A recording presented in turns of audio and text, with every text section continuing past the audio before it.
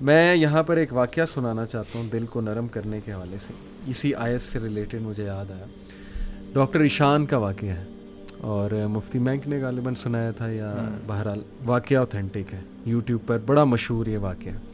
Doctor ایشان ایک neuro surgeon ہیں اور وہ فلائی کر رہے تھے غالباً سعودیہ سے کسی کنٹری میں, بہرحال کسی کنٹری سے دوسری کنٹری جا رہے تھے. راستے میں کہتے ہیں کہ بہت طوفان, ٹھنڈر, موسم بڑا خراب ہو گیا.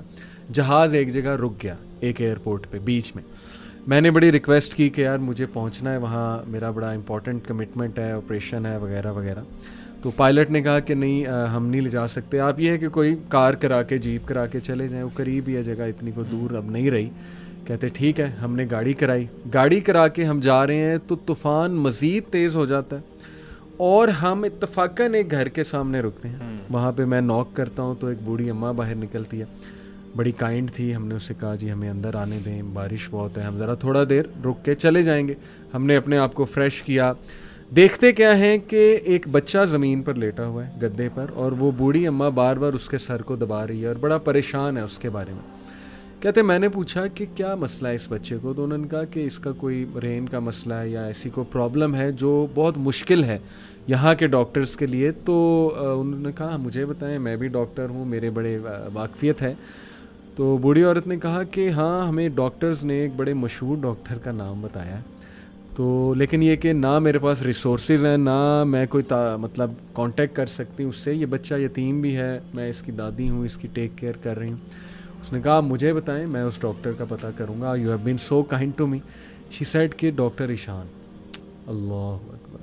وہ کہتے ہیں کہ اسی وقت مجھے رونا آ گیا, اور انہوں نے کہا کہ آپ کیا مطلب کر رہی تھی, آپ اللہ سے دعائیں کر رہی تھی, کیا تھا ایسا کہ اللہ مجھے یہاں پر لے آیا؟ ہی سیڈ کہ پتہ نہیں, میں تو بس استغفار بہت کرتی تھی, استغفر اللہ استغفر اللہ, اور میں اللہ سے کہتی تھی کہ اللہ ہم تو نہیں جا سکتے, بس کسی طرح تو ذریعہ بنا دے, یہ بچہ تیرے سامنے ہے. تو حدیث ہے نا کہ جو استغفار بہت کرتا ہے اللہ اس کے لیے ایسے ایسے راستے بناتا ہے کہ وہ بندہ سوچ بھی نہیں سکتا. تو اللہ کی فوج کو انڈر ایسٹیمیٹ نہ کریں.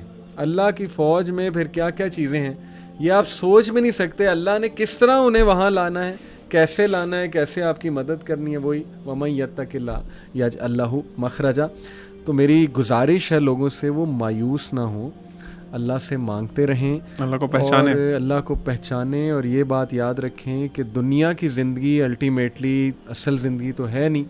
یہاں جو مل جائے اس پہ الحمدللہ گریٹفل, جو نہ ملے وہ اللہ سے ہی مدد مانگیں کہ اللہ مجھے تقویت دے, اے اللہ مجھے پرسپیکٹیو دے, اے اللہ مجھے وزڈم دے, سکت دے, اور امید جاری رکھیں, نا امید کبھی نہ ہو. یقین کریں ایسی ایسی سٹوریز ہیں میرے پاس, ابھی ٹائم اجازت نہیں دیتا. جب میں نے تھوڑی سی ریسرچ کی, جو کپلز مایوس تھے اولاد کے حوالے سے, کس طرح اللہ نے انہیں اولاد دی ہے, وہ ایسی سٹوریز ہیں کہ آپ کے رونگٹے کھڑے ہو جائیں گے کہ امپاسبل سچویشن تھی, کس طرح انتظام اللہ نے کیا, کیسے وہ معاملہ پیش آیا.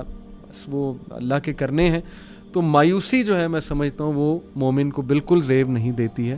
اللہ تعالیٰ پہ ٹرسٹ کریں اور اللہ تعالیٰ سے تقویت مانگتے رہیں اور اب محبت مانگتے رہیں. جی